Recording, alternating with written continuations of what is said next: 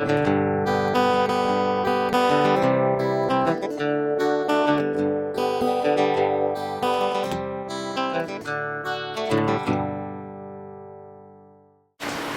this is John from FlatCatGear, and what you're looking at here is the MSR WindBurner personal system. It's a 1 liter pot. Very cool design. It has a new technology stove. Actually, this is an old design, but this is called the reactor stove. So it's different than a canister top stove. This will glow red. It's very difficult to see the flames, but it's very efficient. So the WindBurner, the claim to fame, is they are the best stove for the wind. Hands down, they beat everything. They beat jet boil. If you're going to alpine conditions, if you're going to go somewhere where there's no shelter, this is the stove you get. So I went out and bought one of these because I wanted to evaluate it. Now, I kind of have a pet peeve about all these people doing tests on YouTube, and they'll take a fan and they'll compare it to a jet boil and they'll say this one's better. And frankly, they don't know what they're talking about, because if you're going to measure performance in the wind, you have to measure performance. And the way to do that is to go out and buy an anemometer. Now, my system's a little bit more sophisticated. Not only do I have an anemometer, but I actually have a wind tunnel that I built up in my garage, and I use that for testing. And it gives very, very repeatable results. So bought the WindBurner, going to do some baseline testings, and tell you what I think about this particular stove.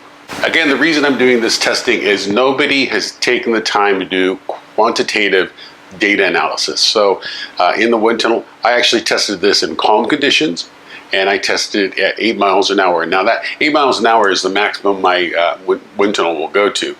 Now, to keep in mind, here's a quick video of me outside my house at 10 miles an hour. It's a little tough to gauge.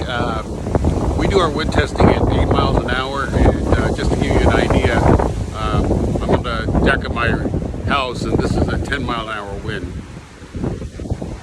Now, we're at treetop level, so you know the branches are long, so it looks pretty dramatic, but this gives you an idea of what 10-mile-an-hour winds are. Now, wind is one of the most difficult things to measure. Everybody approximates, oh, it was blowing at 20 miles an hour, oh, it was blowing at 30 miles an hour. There's a number of things to keep in mind. Because of the way wind works in dynamics, the measurement that you take can be 5 to 10 times higher than what's down at ground level. So you really, if you're going to talk about wind robustness, you need to use an anemometer. So here are the results. If you take a look at it, calm conditions, a little over 5 grams to boil 500 milliliters of 20 seawater. And by the way, that is my standard test, 500 milliliters, 20 degrees seawater. So it took a little over 5 grams to boil 2 cups of water. It was very, very nice. Very good. It shows the effect. The heat exchangers are about 20% more efficient than a flat bottom pot. Flat bottom pots typically with a canister top stove, somewhere in the 6, 7, 8 grams to boil the same amount of water. So yes, the heat exchanger pot does work. The phenomenal thing about this stove is at 8 miles an hour, it only crept up into the mid 6 gram range, which is absolutely phenomenal. This is the best performing stove that I know of that I've ever tested. So if you're going to be in alpine conditions, you're worried about the coverage, you're worried about the wind blowing, go out and buy the MSR WindBurner. Come visit us at www.flatcatgear.com.